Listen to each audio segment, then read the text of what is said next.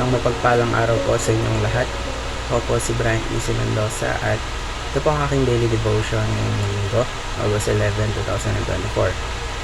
Ngayong araw po ay aking babahagi ang aking natutunan patungkol pa rin po sa anatomy of sin and temptations. Ito po ang muling araw na tatalakayin natin ito at nawa ay marami po tayong natutunan patungkol sa mga kasalanan at mga tukso na dumarating sa ating mga buhay. Para po sa huling part ng Anatomy of Sin and Temptation series po na ating pinag-uusapan, pag-uusapan po natin ngayong araw ay ang tukso na dumating sa buhay ni David. Ito po ay matatagpuan sa 2 Samuel chapter 11 verses 2 and 3. Sabi po rito, one evening, David got up from his bed and walked around on the roof of the palace. From the roof, he saw a woman bathing. This woman was very beautiful, and David sent someone to find out about her. The man said, "She is Bathsheba, the daughter of Eliam and the wife of Uriah the Hittite." Sa Tagalog po, isang hapon, pagkagising ni David, makyat siya sa bubungan ng palasyo at naglakad-lakad. Mula noon ay may natanaw siyang isang babaeng naliligo. Napakaganda ng babae. Pinagtanong niya kung sino yon. Sinabi sa kanya na iyo'y si Bathsheba, anak ni Eliam at asawa ni Uriah na isang Hitteo. So habang mamasyal po si David sa bubungan ng kanyang palasyo, meron po siyang nakitang isang magandang babae. And pinagtanong ni David kung sino ito at sabi sa kanya ito raw ay si Bathsheba. Si Bathsheba po ay anak ni Eliam at asawa ni Uriah na isang Hitteo. Yun yung isa pong sundalo ni David. Ngayon naman po ay dadako po tayo sa mga katuruan na kayo natutunan patungkol po dito sa story ni David. Unang katuruan po ay idleness leads to evil. Idleness po meaning parang tinatamad or katamaran, like pakilata lang tayo, hindi busy. In short po, walang ginagawa sa buhay, and we are being idle, it can lead to evil. Ito po ay madalas na nauuwi sa paggawa ng kasamaan. Kalawang katuruan po ay sin gives birth to more sin. Kung titignan nyo po, nagsugo muna si David ng isang tao. Alamin niya muna kung sino yung babae na yun. At po sabi po sa kanya ay siya ay si Bathsheba, anak ni Eliam at asawa ni Uriah, isang Hitteo. May asawa at sundalo na itong si Bathsheba. Pero tawag dito, nagpatawag pa rin si David ng isang mensahero para siya ay patawag, and nung dumating si Bathsheba ay nagkaroon na sila ng sexual relationship at nabuntis si Bathsheba, and doon na po nagkasunod-sunod yung mga kasalanan na nagawa ni David. Ano po nagplano si David na pauwiin si Uriah sa kanila para magsibing sila ni Bathsheba at pagmukhain ng anak ni Bathsheba ay kay Uriah.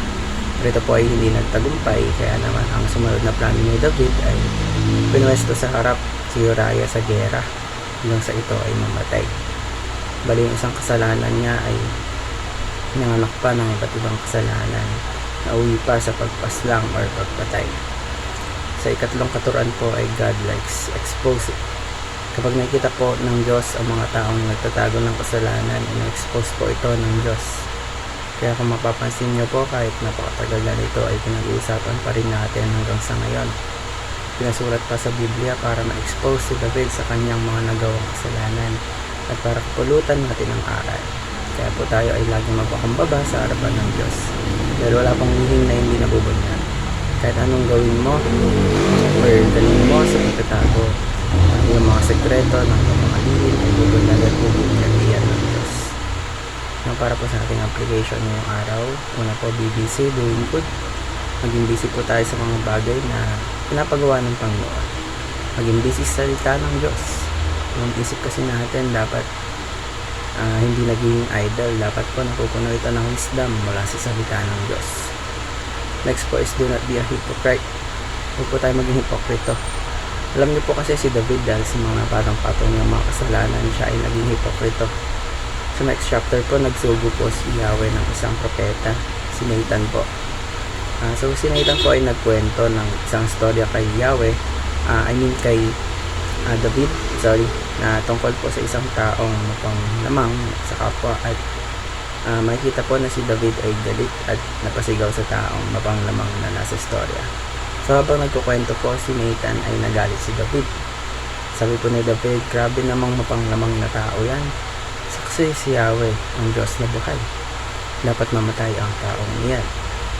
Nanghipokrito pa po si David na kung ating sa kasalanan ng iba, sobrang sama, pero sarili niyang kasalanan, okay lang. Pinagtatakpan niya pa. At alam niyo ba, sa pagtapos po nung kwento ni Nathan, tinanong niya si David kung sino, or kung alam ba ni David kung sino ang taong tinutukoy niya na mapanglamang sa kanyang istorya. Ang sagot po ni wika po ni Nathan, ikaw yon David. At ayun na po, parang binuhusan ng malamig na tubig si David. Naging hipokrito po si David na kapag ibang nagawa ng kasalanan, sobrang sama, pero mismong kasalanan niya ay parang okay lang sa kanya, pinagtatakpan pa niya. So do not be a hypocrite. Lastly po is to expose or be exposed. Pag tayo po nangagawa ng kasalanan, wag na po tayo gumawa pa ng iba't ibang kasalanan. Huwag na po natin pag-anakin pa yung kasalanan ginawa natin. Expose po natin ang ating mga sarili. Humingi po tayo ng tawad sa Panginoon, dahil kung hindi, He will expose us.